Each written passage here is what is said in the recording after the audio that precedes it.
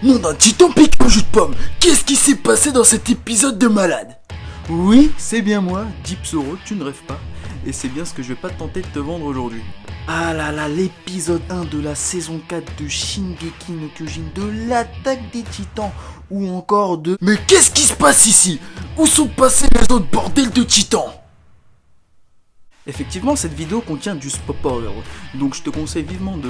en fait, je te conseille même pas, juste va voir l'épisode, les saisons précédentes, et ensuite, reviens, voir cette vidéo de qualité. Cet épisode de Shingeki no Kyojin était ma foi, riche en grand n'importe quoi de génie en fait. Mais avant d'attraper le titan par les dents, petite contextualisation. Ah là là, la fin de la saison 3 de l'attaque des titans, là où c'était la paix. En effet, dans le dernier épisode, nos trois héros, Armin, Mikasa et Eren, nous ont laissé dans le dernier épisode dans une situation un peu délicate, entre révélation, changement d'importance majeur, joie, mais avant tout soupçonné d'un goût d'incertitude et d'amertume face à un océan paradoxalement libérateur et frustrant. Libérateur car il est l'objet d'un fantasme depuis toujours idéalisé et rêvé par nos héros. Hors d'atteinte, issu d'un savoir presque illusoire, voire irréel. L'océan est effectivement l'objet de la quête de nos héros, le but à atteindre. Il est censé représenter l'amplitude de leur soif de liberté. L'objectif dans la quête de nos héros n'est pas de reconquérir des terres perdues, mais une liberté encore jamais perçue. Ah oui, aussi frustrant, car il est aussi le risque de futurs conflits dans un futur incertain, même inconnu, car effectivement il n'est pas ce que les héros espéraient. Et oui, on parle ici d'espoir. Eren, Mikasa et Armin représentent l'humanité dans son ensemble qui a conservé une part d'espoir, l'espoir de se libérer des chaînes d'un destin déjà scellé, voire condamné, qu'on peut même relier à une malédiction, parce que j'ai envie de te dire, si tu regardes leur vie de A à Z, tu vois qu'ils sont derrière des murs, des titans, des monstres, c'est n'importe quoi, donc c'est un peu normal qu'ils pensent que c'est une malédiction, tu vois. Mais enfin bref, espoir de voir la fin de leur souffrance. Or, leur objectif atteint ne marque non pas la fin de leur histoire, mais le début d'une nouvelle. Et oui, début d'un nouveau problème similaire à leur situation de départ. De fait, toujours bloqués en réalité. Ils n'ont pas encore atteint leur objectif qu'est la liberté, leur idéal, fait d'être libres, quoi. Puisqu'ils sont toujours bloqués, protégés derrière une frontière, certes, qu'on ne peut pas voir à l'œil nu, mais qui est pourtant bien réelle. Et qui est aujourd'hui l'océan. L'océan est la frontière derrière laquelle se cache un ennemi qui, au départ, si on fait l'analogie et tout ça, bloqué derrière des murs, la frontière c'était les murs, maintenant la frontière c'est l'océan. L'océan est une frontière dans laquelle derrière se trouve un ennemi, et l'ennemi enfreint notre liberté, puisqu'on est toujours piégé dans un seul et même endroit. Même si là la liberté elle est quand même plus...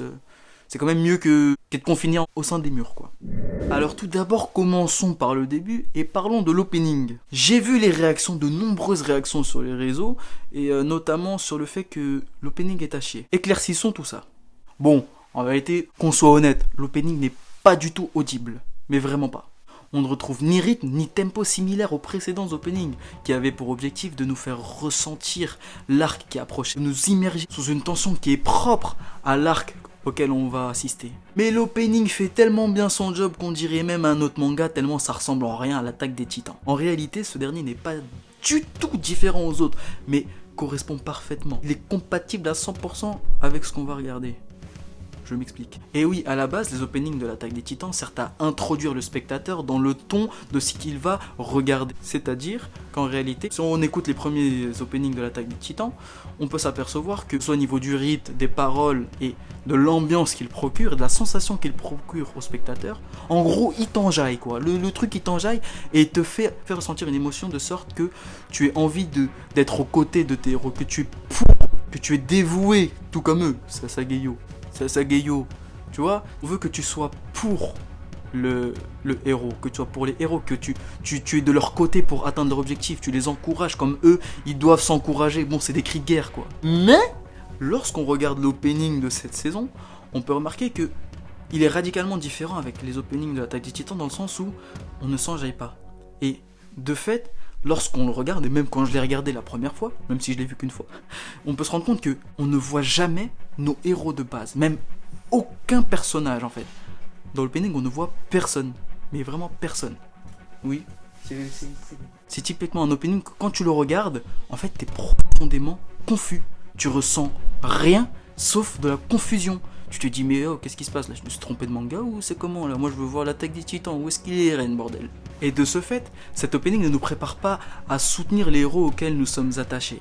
Et là est le point principal de cet opening et qui fait que c'est un grand, non pas opening, mais œuvre d'art.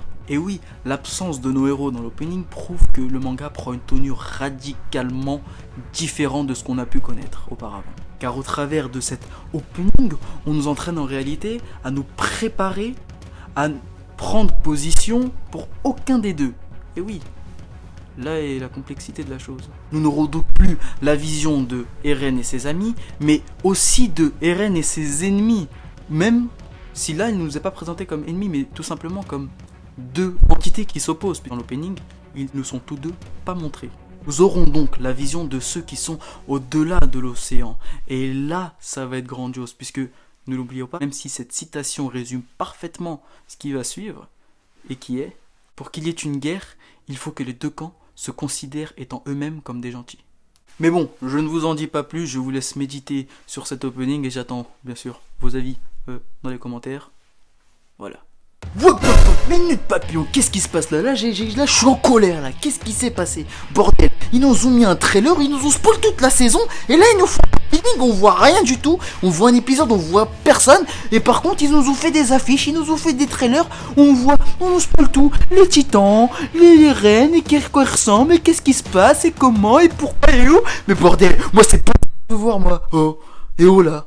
Bon, le début de l'épisode, c'est vrai que... Bon, c'est le début du trailer, ok, c'était comme le début du trailer, c'était ok, sympa, mais en fait on est confus parce que, tout comme l'opening en réalité, mais parce qu'en fait, pendant tout l'épisode, mais même au début on s'en rend compte, on a l'impression d'être dans un autre manga, on voit des armes à feu, un champ de bataille et tout ça, qu'est-ce qui se passe? On en est face à limite une nouvelle histoire avec de nouveaux protagonistes et antagonistes, ce qui est assez perturbant, mais à l'image de cette saison. Mais attends, faut voir, parce que l'épisode il est passé à une vitesse, j'ai cru que ça durait 5 minutes à peine.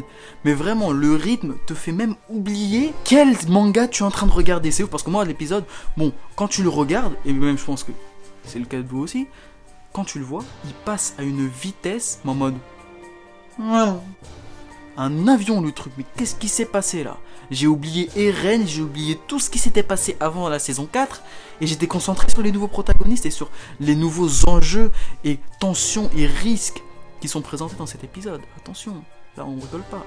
Et au fur et à mesure que l'épisode avance, on se rend compte que on commence à nous introduire l'aspect titan et la mentalité des nouveaux personnages qui sont mis à l'avant. Et on se rend compte notamment qu'il y a un personnage, celui du début aussi, on peut voir, vous savez, avec aussi il lève la main là où il parle à un oiseau. Le type il parle à un oiseau déjà, il est fou le mec, il est fou, c'est un démon ça. Mais trêve de titanité, revenons-en aux bases. Donc au milieu de l'épisode, on peut se rendre compte que dans leur camp, du coup il y a la race, on va appeler ça la race d'Eren parce que là je m'en souviens plus du tout. Les Éréniens. Iraniens. Bon, ça fera l'objet d'une vidéo bien plus philosophique et psychologique, hein, vous inquiétez pas, je prépare ça en amont. Mais effectivement, on peut se rendre compte que les Éréniens, dans leur propre camp, parce qu'on va appeler ça le camp, et non pas l'ennemi, puisque voilà, on est dans une position délicate, en fait, ils détestent leur propre race, si on peut appeler ça une race. Parce qu'en réalité, il n'y a que la race humaine. Ils détestent leurs origines, et non pas leur race, parce que sinon, ils se détesteraient entre eux. Mais c'est donc leurs origines, ou plutôt leurs ancêtres, qui sont blâmés ici dans cet épisode, puisque sinon ils feront la guerre entre eux mais en mode genre dans le même camp quoi. Mais la chose qu'on remarque profondément, c'est la cruauté de cet épisode. Effectivement, on peut voir que des êtres humains en fait sont utilisés, employés comme kamikazes. Et oui, on approfondit tout ça. Les kamikazes, ce sont des personnes dans le manga qui sont déjà d'une transformées en titans, mais comment ils sont transformés en titans? De manière totalement inhumaine. On prend même pas considération de leurs sentiments ni de la personne qu'ils sont. Ils sont considérés même juste tout simplement comme des objets, comme une arme. Enfin, leur race est considérée comme une arme, du coup ça passe. Mais dans tous les cas, la réelle cruauté et qu'on peut comparer à notre monde, c'est le fait qu'ils soient des kamikazes. Et oui, puisqu'ici, ils sont, premièrement, dénaturés de leur humanité. On leur enlève leur humanité pour en faire une arme tout simplement destructrice. Alors que si on compare ça à nos kamikazes, à nous qu'on connaît pendant la Seconde Guerre mondiale, qu'on va parler ici des Japonais ou des Vietnamiens, enfin plutôt des Japonais en vérité, c'est surtout les kamikazes japonais qui sont connus ici. C'est quoi le pire? C'est que les Japonais, dans la vraie vie, du coup, on ne leur enlevait pas leur humanité, mais c'est justement parce qu'ils ont une humanité qui se sont battus. Alors que là, on leur retire leur humanité. Ce qui signifie que malgré il y a eu des kamikazes parmi les Japonais. Alors que là, on retire leur humanité et on en fait des armes. Pour des raisons qui sont militaires. Du coup, quel est le pire ? Des êtres auxquels on retire leur humanité et on en fait une arme, ou des êtres qui sont dotés d'émotions et qui les conservent et qui font le choix de se sacrifier quand même. Quel est le pire ? Puisque n'oublions pas que en temps de guerre, il y a des propagandes, il y a des fausses informations qui font la propagande tout simplement, qui encourage les gens à Sasageyo. Ah oui, on voit aussi au milieu de l'épisode le titan là, vous savez là, avec des griffes. Lui, ça a l'air d'être un bon, mon frère. Lui, ça va être un gars sûr.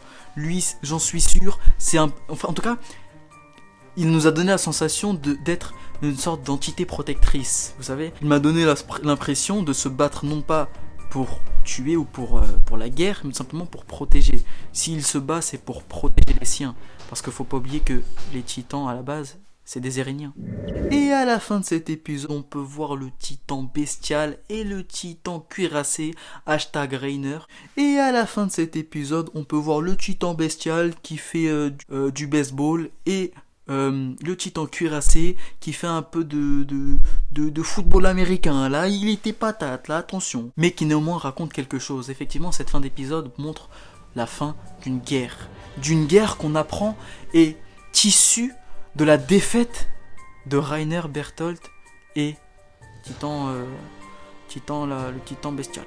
On apprend notamment que dans le monde au-delà de l'océan de l'île du paradis, on apprend notamment qu'il y a une alliance entre divers pays, vu qu'il y a aussi alliance avec ceux qui viennent du Moyen-Orient, ce qui signifie, parce que là ça peut être ouf, ça veut dire que il y a plusieurs continent, c'est-à-dire que le monde est plus vaste qu'on l'imaginait, avec différents peuples en fait. C'est pas juste les Éréniens qui se font soumettre par d'autres populations, mais il y a d'autres populations qui sont en guerre entre eux. Genre c'est un bordel le truc, mais c'est kiffant. Mais là on va parler un peu des personnages principaux parce que j'en ai pas vraiment parlé. Ce qui est la fille là, le blond, déjà le blond, à savoir le premier qui parle à l'oiseau au début de l'épisode, faut savoir que lui j'en suis sûr et certain, et je pense que c'est même logique, que c'est lui qui va être en interaction tôt ou tard avec nos héros, Eren, Mikasa, Armin, Levi et Tutti Quanti. Parce qu'effectivement, il est le seul dans cet épisode-là qui a fait preuve d'un minimum d'humanité. Il a sauvé son ennemi. Bon, certes, il a sorti l'excuse de on va le prendre comme otage pour grimper des échelons de ça, mais le déni. Je pense qu'il a fait ça par humanité, en réalité. Et qui, on l'a vu, c'est le seul dans son groupe qui... Enfin, le seul. En tout cas, comparé à la fille qui veut avoir le titan cuirassé dans le dos... The fuck. En tout cas, elle est différente de la fille qui veut devenir le prochain titan cuirassé, qui elle dit je vais tous les égouiller. Lui il est plutôt en mode oui mais calmos, ok. Et là ça va être intéressant pour la suite. Mais enfin bref, je vais pas partir plus loin, sinon de toute façon vaut mieux pas partir plus loin, sinon ça va durer 50 minutes tout ça, voire 1 heure, voire plus tout simplement. Du coup cet épisode était ma foi riche en étonnement. Était ma foi riche en étonnement. Je m'y attendais pas du tout à ce que le premier épisode soit un épisode d'introduction du camp adverse. On en apprend plus sur le monde d'SNK, mais aussi sur la mentalité du monde en fait. Parce que si on y réfléchit bien, il y a plein d'articulations, il y a plein de personnages, il y a plein de relations intéressantes et qui vont donner plein de belles choses. Mais enfin bref, c'est la fin de cette vidéo, j'espère qu'elle t'a plu. Je t'invite et te conseille à t'abonner à cette chaîne de grande qualité. Vous êtes d'accord là ? Surtout de me suivre sur mes réseaux, le lien dans la description, Twitter, Insta, c'est tout. Et dans lesquels j'essaie d'interagir avec vous. Et je te souhaite la bonne intelligence, la bonne réflexion et surtout la paix. Les têtes de amis vont voir ces fils de titans.